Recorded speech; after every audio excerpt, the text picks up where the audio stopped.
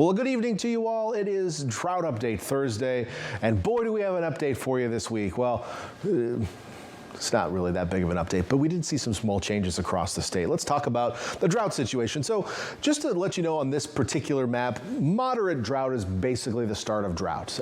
You can be abnormally dry and not technically be in drought. So 17% of the state is in drought. In some cases, a little bit worse. 6% in severe drought, 1% in extreme drought. Basically right along the Colorado River in southeastern California. That's about it.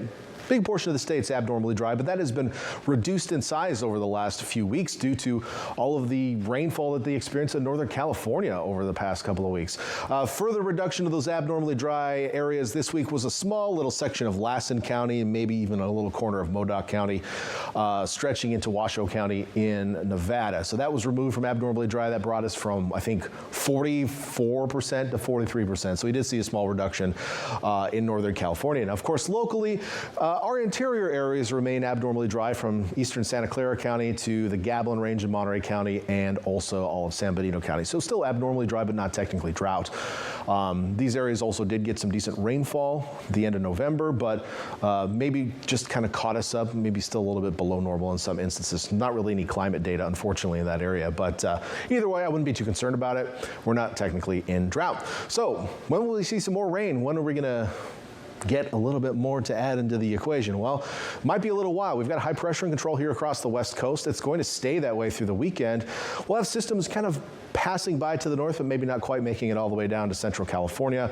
I did mention, I've been talking this week about the potential for kind of an inside slider system that would sneak in from the north, but the latest trends have had those farther east, so impacts probably not going to be any here locally. We might see slightly higher winds, but I don't think it'll be all that noticeable early next week. In fact, the ridge kind of rebuilds, it looks like, as we head through midweek. Now, eventually it does kind of weaken a little bit. We get a low that moves to the south. Probably won't see anything from that, but with the ridge moving southward eventually, we will see it break down. That's going to open the door for some storm systems, perhaps by Friday of next week, coming in around the 13th or so, and then followed by another potential system somewhere around the 16th. So we do have some chance of rain in the forecast, but you know, we're still at least 8 days out from that, maybe 9 before we get any precipitation. So enjoy the dry weather while it lasts. That includes tonight, expecting dry conditions. Potential for a little fog out there across the region here for the next couple of hours.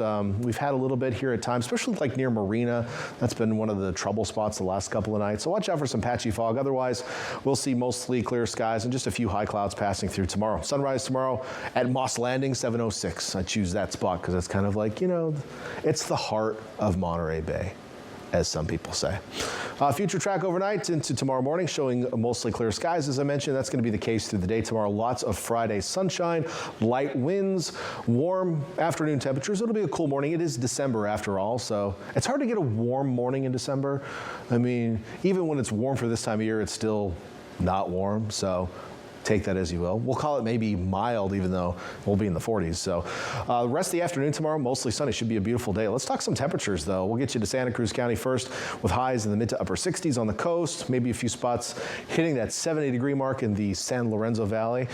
Should be a decent day out there. On the east shore of the bay, we'll see highs in the mid 60s, maybe even some upper 60s. Salinas close to 70 tomorrow. 70s in our northern valleys. Not too shabby for a December day. And more of that on the peninsula. Mid 60s for our highs after lows in the mid to upper 40s, and then down south we'll get you into the 70s as well. So a pretty decent day if you want to go out and do some hiking, biking. Maybe you have one of those cats that you can put on a leash and walk. I've seen them. I don't believe they exist, but I believe that it's possible that they exist. Maybe I'll be a believer on walking on cats, but I might have to just see that proof for myself. And maybe it's you that changes me. Maybe I see you walking your cat and I'm like, you know what? Now I know. Anyway, here's that 7-day forecast for coastal cities. A slight increase in clouds on Saturday and Sunday, but otherwise still seasonably warm. We'll get another round of high clouds, it looks like midweek next week, but no major issues. No rain expected. Inland areas as well. Highs seasonably warm through the period, and just a few high clouds here or there to sprinkle in some holiday cheer. If that's what they do, they probably don't.